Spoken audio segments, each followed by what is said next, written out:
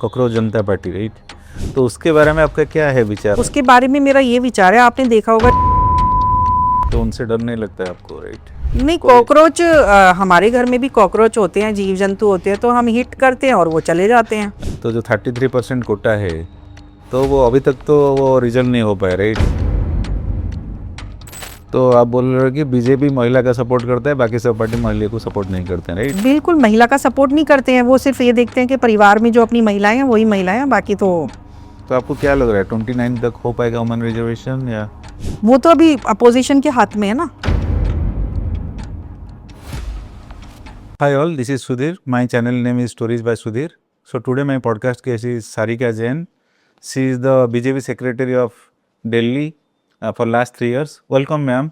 Thank you Sudhir ji, आपने मुझे invite किया, उसके लिए बहुत बहुत धन्यवाद आपका। ओके, पहले हम शुरू करते हैं। आपका जर्नी कैसे हुआ पॉलिटिकल में, राइट? आप कहाँ से, मतलब चाइल्डहुड से पॉलिटिक्स में इंटरेस्ट था, तो कैसे आपने इसमें एंट्री की है?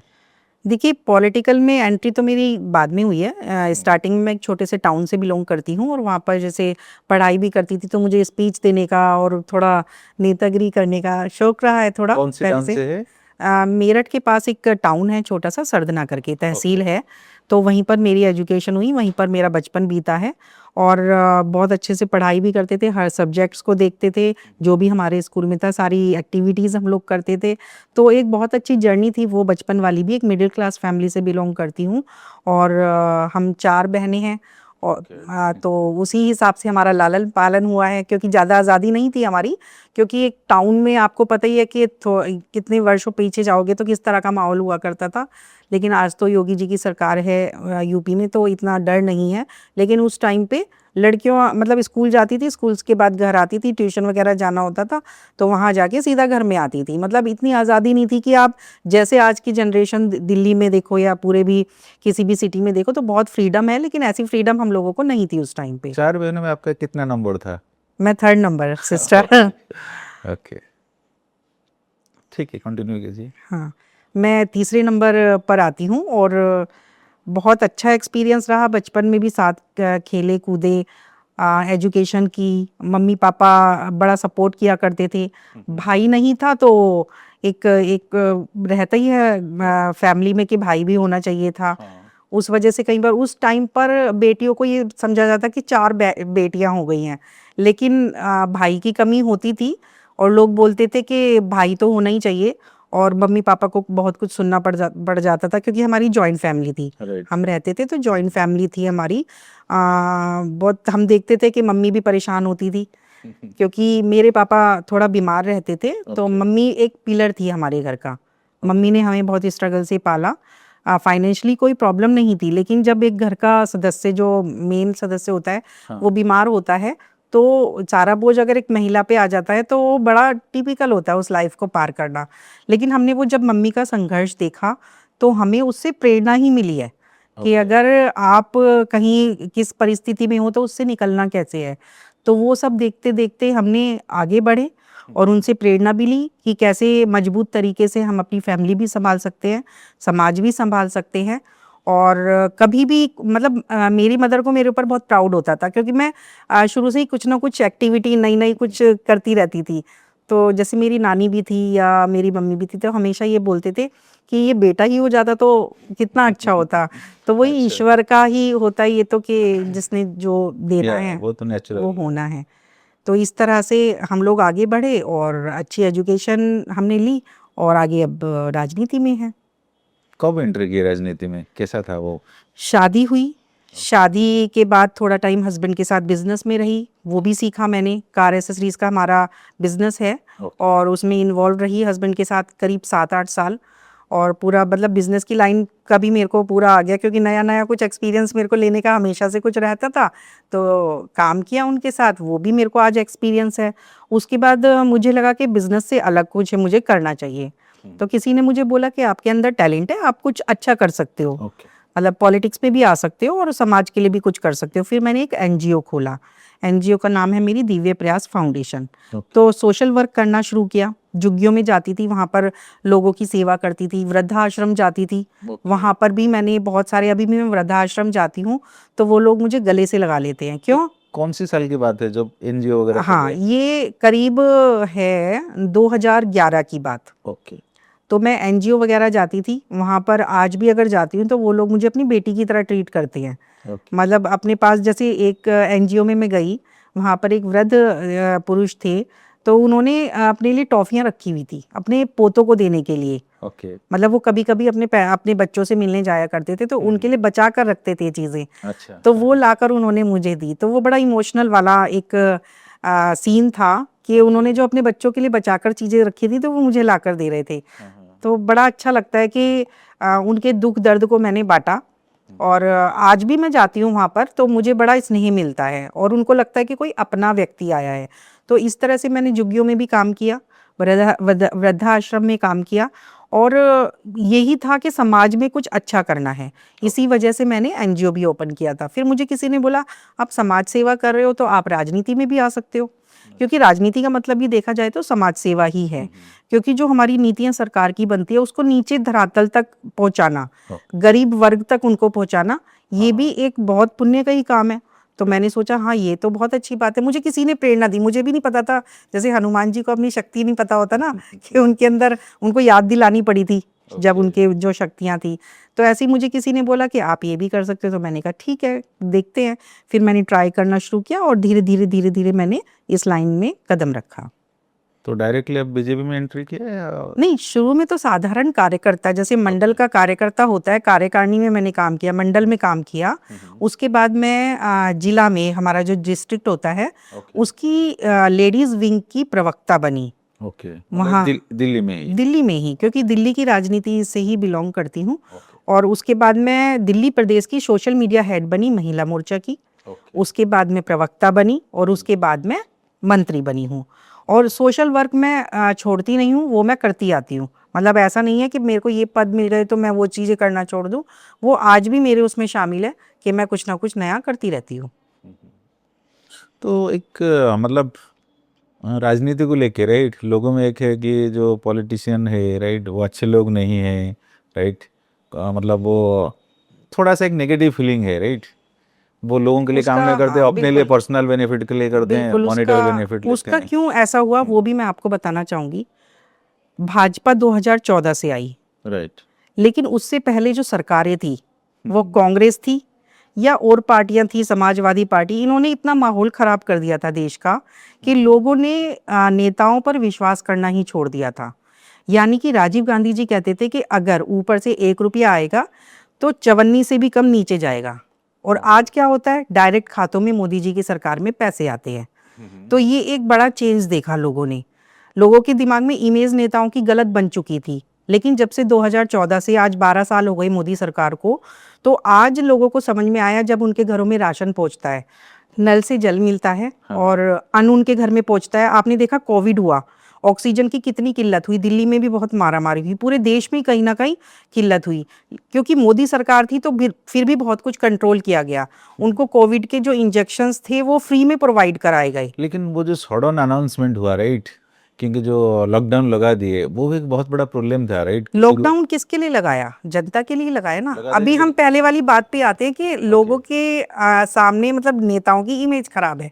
Right. क्यों खराब है? क्योंकि पहले नेताओं ने इमेज अपनी खराब की, लोगों को ये दिखाया कि हम ही सर्वे सर्वाए, जबकि नेता जो होता है वो प्रजा का एक सर्वेंट होता है, उसकी सेवा करने के लिए वो अपॉइंट होता है।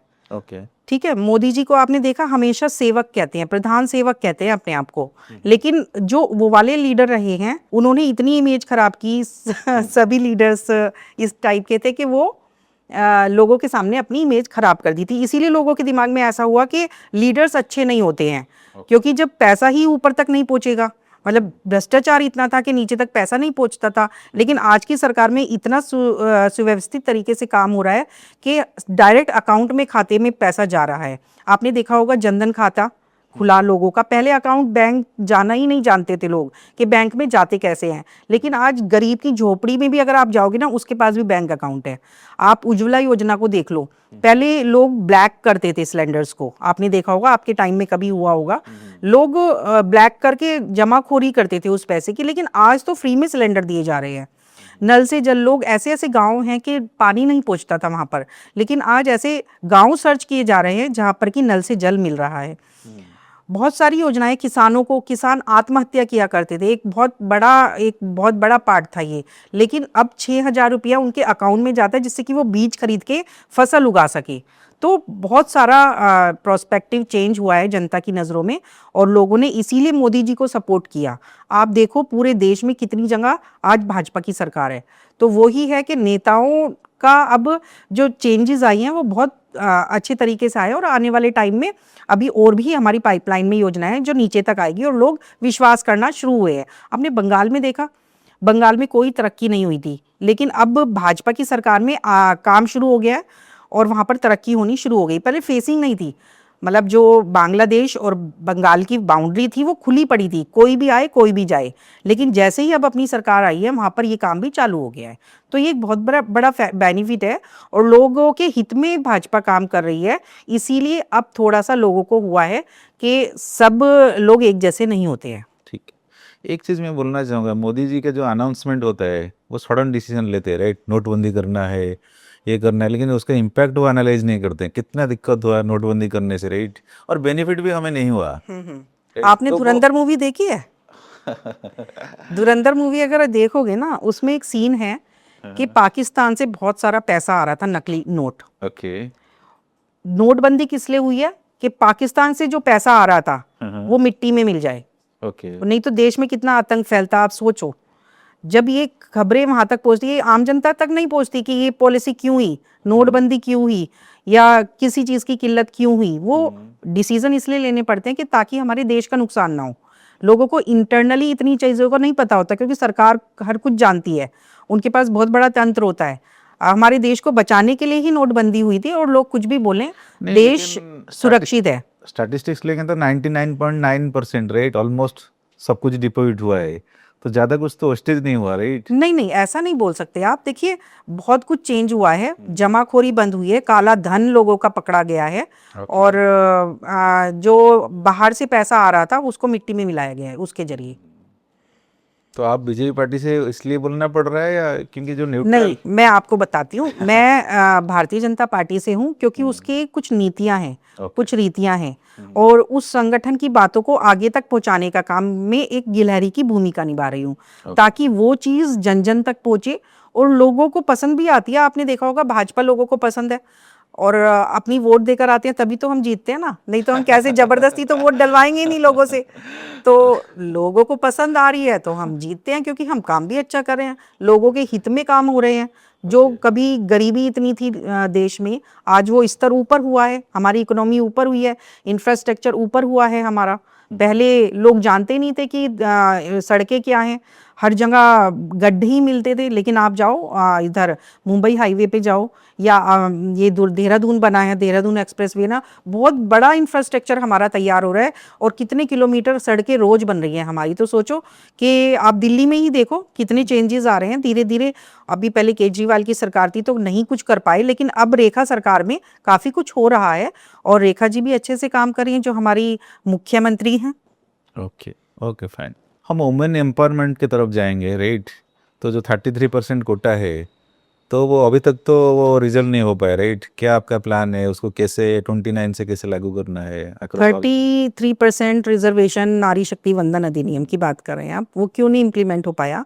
क्योंकि ये पास होना था, तो सरकार ने चाहा कि ये अभी पास हो जाए, जिससे कि लोगों को जो अब टिकट्स वगैरह आएंगी, जो सांसद वाली टिकट्स हैं या विधानसभा हैं, वो हमारी महिलाएं भी बराबर की हिस्सेदार बने उसमें। हाँ। ठीक है, लेकिन जो विपक्षी पार्टियां थी उन्होंने इसको पास नहीं होने दिया।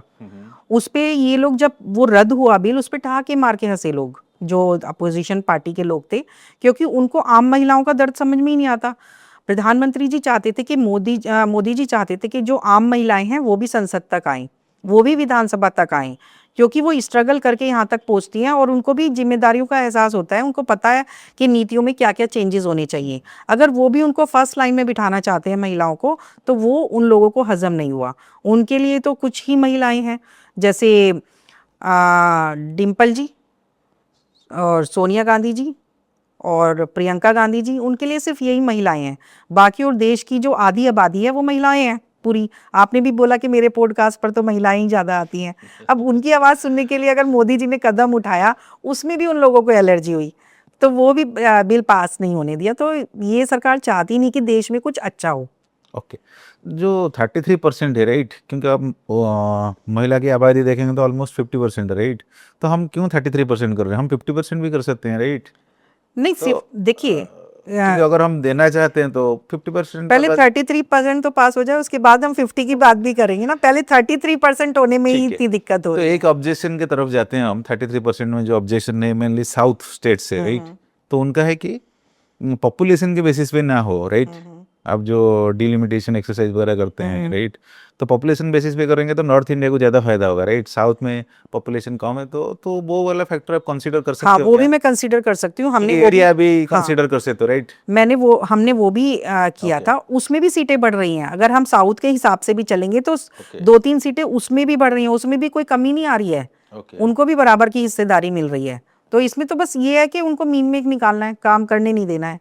जैसे पहले त्रेता युग या द्वापर युग हुआ करता था, तो राक्षस आते थे और उसमें हवन जब करते थे राजा लोग, या राम राज्य था तो हवन किया करते थे। उसमें राक्षस क्या करते थे, आके उसमें हड्डियां डालते थे, उसमें रक्त डालते थे, उसको भंग किया करते थे। तो ऐसे ही जब देश के लिए अच्छी योजनाएं बनती हैं, देश की तरक्की के लिए कुछ योजनाएं बनती हैं, महिलाओं के हित में योजनाएं बनती हैं, तो उसी प्रवृत्ति के लोग आकर उसको भंग किया करते हैं। तो वो द्वापर युग त्रेता युग गया नहीं है, वो अभी भी है, लेकिन वो दूसरे रूप में है। ओके।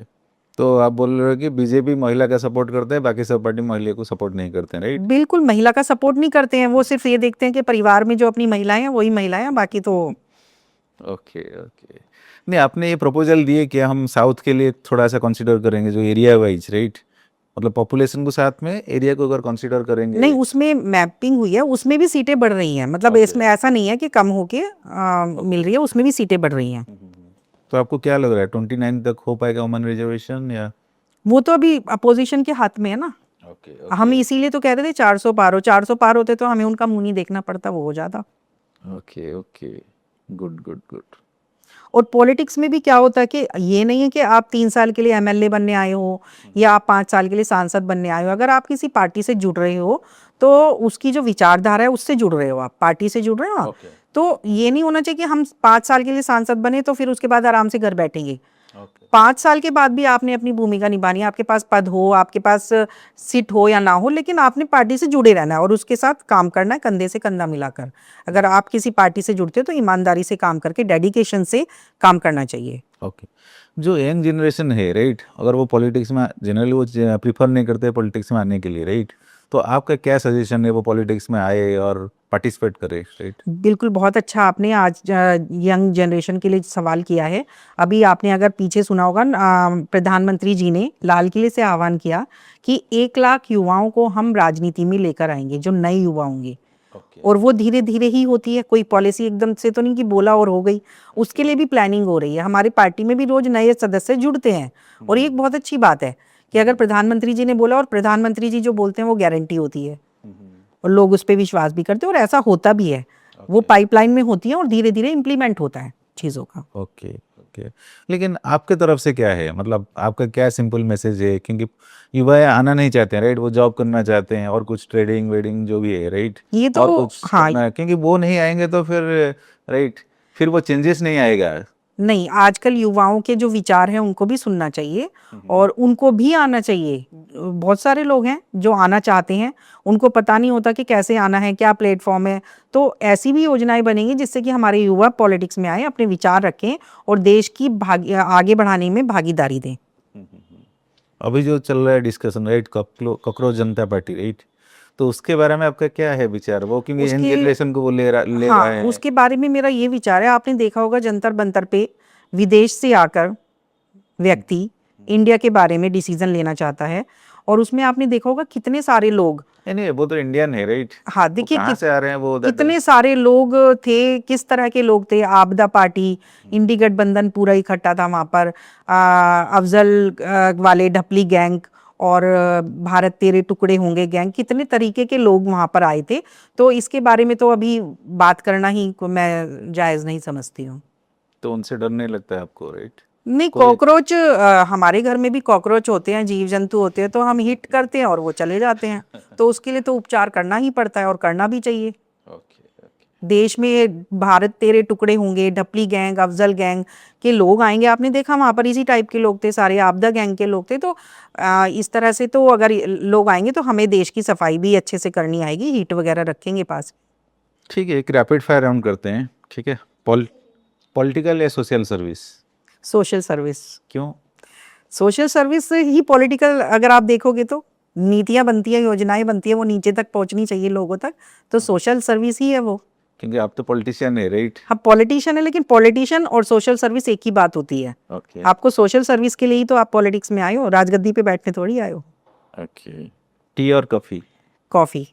क्यों? कॉफ़ी ज़्यादा एनर्जेटिक होती है और मैं मोटी होती जा रही हूँ तो आज को कॉफ़ी लाइक कर रही तो हूँ। कौन सा कॉफी? ब्लैक कॉफी है? हाँ, ब्लैक कॉफ़ी। ओके। लीडरशिप या team work? Team work. Okay. Delhi या मुंबई? वैसे तो मुंबई पसंद है। ओके, फिर दिल्ली में क्यों रहे? नियति है, नियति आपको जहाँ ले जाएगी आपको जाना पड़ेगा। ओके, मुंबई क्यों पसंद है? मैं 3-4 बार मुंबई गई हूँ और मुझे वहाँ का वो जो पानी वाला एटमॉस्फेयर है ना पूरा, वो पसंद आता है मानसून के टाइम में क्या? मॉनसून के टाइम पे। ओके। एजुकेशन या employment? Education. Okay. Strong leader या good listener? Strong leader, decision maker. Okay. Confidence या हार्ड वर्क? बोथ। बोथ चाहिए। ओके। बुक्स या सोशल मीडिया? बोथ, क्योंकि आजकल तो सोशल मीडिया का भी जमाना है और बुक्स तो पढ़नी ही चाहिए। Okay. One women leader you admire? Sushma Swaraj ji. Okay. अगर दूसरे पार्टी से है तो? Sheila Dikshit ji. Okay, thanks. Women empowerment in one word? Self depend होना चाहिए। ओके। कैसे सेल्फ डिपेंडेंट होंगे?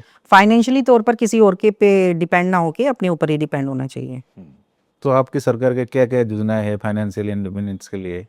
बहुत सारी महिलाओं के लिए तो बहुत सारी, अधिकतर योजनाएं जो है महिलाओं के लिए है, जैसे ड्रोन दीदी ओके। और लखपति दीदी और ऋण योजनाएं। बहुत सारे आजकल स्टार्टअप्स के लिए, महिलाओं के लिए स्पेशली ऋण दिए जा रहे हैं स्टार्टअप खोलने के लिए। थोड़ा डिटेल और में हुए भी हैं, सेल्फ हेल्प ग्रुप हैं, उनको ऊपर उठाने के लिए बहुत सारे लोन दिए जा रहे हैं। हम खुद दिलवाते हैं महिलाओं को, जिससे कि उनकी जो जीवन शैली है उसमें चेंज आए और वो आत्मनिर्भर हो सके। स्टार्टअप के लिए क्या लोन्स, कितने ग्रांट्स मिलता है और क्या प्रोसीजर है? वो तो आप जाएंगे, बैंक जाएंगे तो वहाँ से वो सब कुछ बताते हैं उसमें। Okay okay. तो आपको उधर से ही जानकारी मिलेगा सब कुछ? बिल्कुल, वहाँ से जानकारी मिलती है और जो हमारे मंत्रालय हैं वहाँ पर इस तरह की व्यवस्थाएं हैं, वो सब जानकारियाँ देते हैं। तो ये पॉडकास्ट के थ्रू में आप अपना ब्रांडिंग करना चाहते हैं या अपना नहीं, पार्टी का ब्रांडिंग? मैं इसीलिए आई नहीं हूँ कि मुझे ब्रांडिंग करनी है। मेरे पास थोड़ा टाइम का स्पेस था तो मैं इसीलिए, आपने इनवाइट किया, मैं आ गई, मैंने हामी भर दी।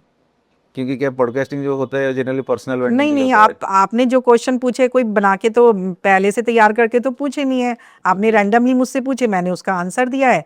और पॉडकास्ट तो ये अच्छी चीज़ है कि हमारी जो चीज़ें हैं वो जनता तक पहुँचे। पॉडकास्ट का मतलब ही होता है कि आपसे अगर कोई प्रेरणा लेना चाहता है, उसको देख के कोई इंस्पायर हो रहा है, कोई महिला इंस्पायर हो रही है, तो बहुत अच्छी बात है कि हमें देखकर भी कोई इंस्पायर हो। तो हमारे लिए यही जीत है हमारी, हमारी विचारों को वो सुने, हमारी जो हम चेंज करना चाहते हैं उनको सुने। और युवा भी आगे बढ़ सकता है। कोई तकलीफ आए तो उन्हें रुकना नहीं है, उन्हें चलते रहना है। तकलीफ सबकी जीवन में आती है, आपके में भी रोज आती होगी और हमारे में भी आती है। तो तकलीफों को साइड में रख के आपको निरंतर आगे बढ़ना है। आपके चैनल के माध्यम से युवाओं को भी और महिलाओं को भी ये संदेश देना चाहती हूँ। So political party is a change maker और what is your view? Political party, देखिए जब आप किसी पद पर होते हैं तो लोग आपकी बात को गौर से सुनते हैं। मैंने पहले भी एक बात कई बार बोली है कि जब आप साधारण तरीके से काम करते हो तो लोग आपको ऑर्डिनरी समझने लगते हैं, लेकिन जब आप किसी पोजीशन के साथ, किसी टैग के साथ काम करते हो तो लोग आपकी बात को सीरियस लेते हैं। माना मुझे कूड़ा उठवाना है, यहाँ से पूरा पार्क लोगों ने आके गंदा कर दिया और मैं अपनी टीम के साथ आ रही हूँ, लोग मुझे जानते हैं, लोग मुझसे इंस्पायर हैं, तो वो मेरे साथ भी हार्ड वर्क करेंगे। वो अगर मैं शुरू करूंगी काम करना तो वो करेंगे। और ऐसा हुआ है, जब मैं झुग्गियों में जाती थी तो वहाँ पर छोटे छोटे बच्चे होते थे तो मैं उन्हें ये बोलती थी, बेटा जब मैं अगली बार आऊँ ना ये पार्क मुझे साफ चाहिए। तो वो बोलते थे बड़े हंस के, हाँ दीदी ये वाला अगली बार आएंगे ना आप तो हम साफ कर देंगे पूरा। अगर कोई ऑर्डिनरी आदमी, जब मैं उनसे टच में हूँ, रोज जा रही हूँ उनके पास, तो वो इंस्पायर होते हैं, वो खुशी खुशी उस काम को करते हैं। तो किसी पदवी का यही महत्व है कि लोग आपकी बात को ध्यान से सुनते हैं और अगर हम अच्छी कुछ बात बोलते हैं तो उसको इम्प्लीमेंट भी करते हैं। दिल्ली में एक प्रॉब्लम है एयर पोल्यूशन, राइट? तो ऑलरेडी तो टेम्पररी रिलीफ्स करते हैं, राइट, ऑड इवन के थ्रू में, लेकिन क्या आपका परमानेंट सोल्यूशन क्या है एयर? देखिए अभी जब तक केजरीवाल की सरकार थी आपने देखा होगा कितना लेवल बढ़ा हुआ था पोल्यूशन का। नहीं, आप अपना बताइए। मैं अपने पे ही आ रही हूँ, मैं रूपरेखा तो बनाऊंगी ना, पीछे का तो बोलना ही पड़ेगा मुझे। तो बहुत ज़्यादा खराब था, लेकिन अभी आपने देखा होगा जगह जगह जो पानी का भी छिड़काव हुआ पूरे आनंद विहार में लगातार आज भी हो रहा है जो, और सफाई का बहुत ध्यान रखा गया, डस्ट ना उड़े उसके लिए रूल्स बनाए गए।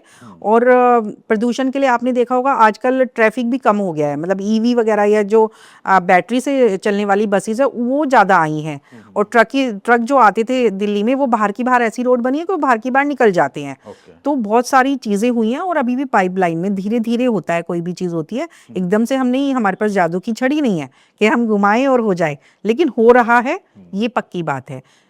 श्रीमती रेखा जी की सरकार में सब कुछ हो रहा है, सब पाइपलाइन में, उन्होंने भी देखा बारीकी से, बहुत सारी चीज़ें नहीं थी उनको इम्प्लीमेंट करके आगे ठीक किया जा रहा है। ओके। और एक है यमुना नदी को लेकर, राइट, बहुत पोल्यूशन होता है, उसके बैंक में बहुत सारे छोटे छोटे चीज़ें होते रहते हैं, राइट, एक्टिविटीज़, तो उसके लिए क्या आपका पॉलिसी? आपने देखा होगा कि पहले बहुत गंदी थी यमुना, एकदम से यमुना को हम नहीं कह सकते एकदम साफ हो जाएगी, मैं झूठ नहीं बोलना चाहूंगी, टाइम लगता है और वो काम निरंतर चल रहा है। अगर आप पहले की यमुना को देखोगे और आज की यमुना को देखोगे, दोनों में जमीन आसमान का अंतर है। लेकिन बहुत सारी चीजें हैं, लोगों को भी अवेयर होना पड़ेगा, खाली सरकार का काम नहीं होता। आज भी लोग जाते हैं, पूजा की जो सामग्री होती है वो यमुना में फेंकते हैं। तो उसके लिए भी हमें तैयार रहना होगा, उसके लिए भी लोगों को सिखाना होगा। अभी हमारी एक कैंपेन चलेगी, श्रीमती रेखा गुप्ता जी ने कल ही बोला है कि 500 एनजीओ हमने चिन्हित किया है जो हमारे साथ यमुना की सफाई में लगेगी। क्यों उनको चिन्हित किया गया है? जिससे कि लोग अवेयर हों। ये नहीं कि खाली सरकार ही करे, हमें भी अवेयर होना पड़ेगा। अब हम विदेशों में जाते हैं, वहाँ की तारीफ करके आते हैं, क्यों? क्योंकि वहाँ के रूल्स उस तरह के हैं, लोग डालते ही नहीं है कूड़ा। लेकिन यहाँ पे तो केला खाया गाड़ी से छिलका बाहर, टॉफी खाई रैपर बाहर, ऐसे होता है, आप देखते ही हो रात दिन। लेकिन वो तो अगर हम टोकेंगे किसी को, हम किसी को बोलेंगे तो उनको समझ में आएगा। और पहले से जब से मोदी जी की सरकार आई है, स्वच्छता की ओर ज़्यादा ध्यान लोगों ने दिया और काफ़ी लोग सिविलाइज भी हुए हैं, बहुत लोगों ने इम्प्लीमेंट भी किया है अपने ऊपर। और बहुत लोग अब समझने लगे हैं कि गंदगी फैलाएंगे तो हमें ही नुकसान है। लोग अपने घर का कूड़ा साफ करके दूसरे के घर में लगा देते हैं, तो ऐसा नहीं करना है, अपने घर का कूड़ा निकाल के डस्टबिन में डालना है, ऐसा सिखाना है लोगों को। तो फ्रीबीज के बारे में आपका क्या कहना है? जो केजरीवाल सरकार के टाइम शुरू हुआ था, आप भी वो कंटिन्यू कर रहे हैं, राइट? नहीं, फ्रीबीज देखिए, पहले जो बिजली था, पानी था, लोगों को सुविधाएं मिल रही हैं और गरीब वर्ग तक वो पहुंचे, ताकि अब कोरोना हुआ, कोरोना में कोई भी ऐसा परिवार नहीं होगा जो भूखा सोया हो, क्योंकि जो राशन था वो मिलता रहा।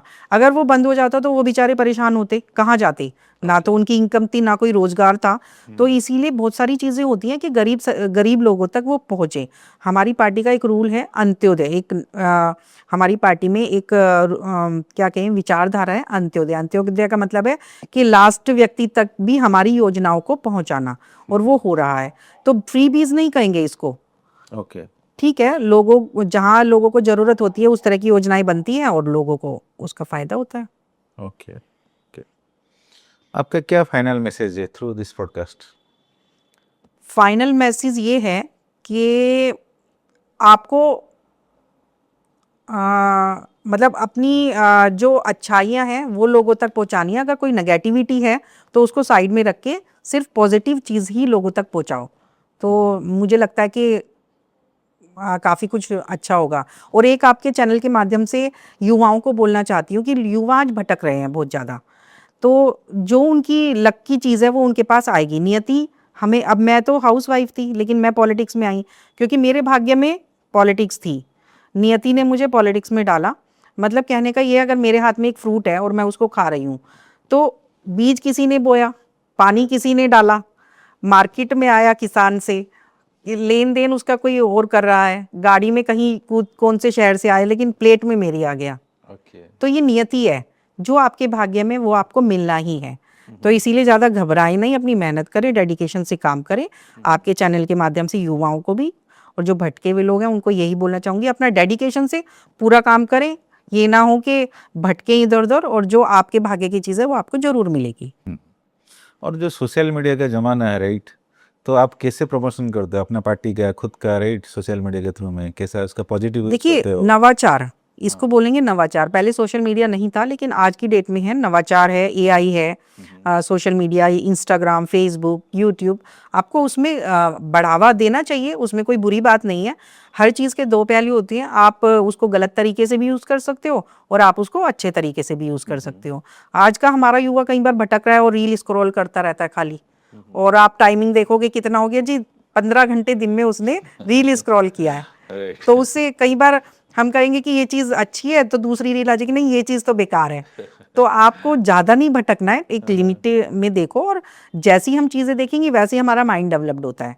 तो इसलिए हमें कोशिश करनी चाहिए कि उसको नेगेटिव में ना लेके पॉजिटिव तरीके से, आप किसी जैसे हम बुक पढ़ते हैं तो अच्छी बुक्स ही पढ़ेंगे ना, तो ऐसे ही सोशल मीडिया पर भी हम अच्छे सब्जेक्ट्स चॉइस करें, अच्छी चीज़ें देखिए, बच्चों के लिए, युवाओं के लिए हमारे अच्छी चीज़ होगी। Okay okay. तो आप भी एक वुमेन हो, राइट? वुमेन, आपको घर भी संभालना है, उसके साथ पॉलिटिक्स भी करना है, तो कैसे मैनेज करते हो? और वुमेन एम्पावरमेंट के लिए आपका क्या मैसेज है? बहुत अच्छा आपका क्वेश्चन है। एक महिला होने के नाते मुझे घर भी संभालना होता है, मुझे रिश्तेदारियां भी निभानी होती हैं, और मुझे सोशल भी देखना होता है, मुझे धार्मिक संस्थाओं में भी जाना होता है, और साथ में राजनीति भी करनी होती है। तो लेकिन आपके अंदर मैनेजमेंट करने का एक तरीका आना चाहिए।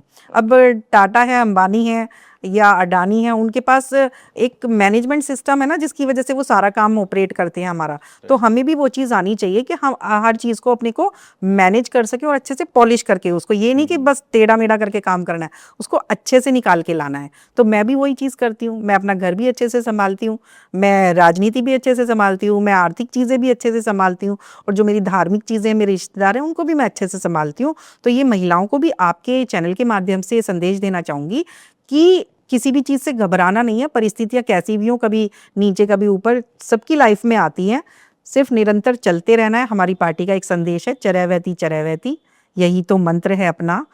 तो उसी आधार पर हम लोग चलते रहते हैं, कभी अप कभी डाउन, कभी ऐसे कभी वैसे। तो अपनी पार्टी के जो संदेश है उसको आगे तक पहुंचाने के लिए मैं गिलहरी की भूमिका निभा रही हूँ, आपको पहले भी मैंने बताया।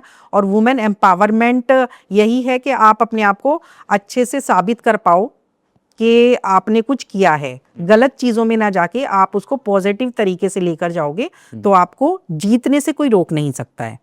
ओके। नहीं, जो रिजर्वेशन वाला चीज़ है, वुमेन के लिए रिजर्वेशन चाहिए, वो खुद हासिल कर सकते हैं वो हक। हाँ, बिल्कुल हासिल कर सकते हैं ना, आप मेहनत करिए, डेडिकेशन से काम करिए, कोई भी चीज़ ऐसी नहीं है कि आप नहीं हासिल कर सकते हो। सब चीज़ ईज़ी से आप हासिल कर सकते हो, लेकिन आप में डिटरमिनेशन होना चाहिए, आपको कुछ जज़्बा होना चाहिए कि आप में कितनी काबिलियत है उसको हासिल करने के लिए। आप डेडिकेशन से काम करोगे, हार्ड वर्क करोगे और दिल से काम करोगे, तो आपको कोई रोक नहीं सकता जीतने से, आप ज़रूर जीतोगे।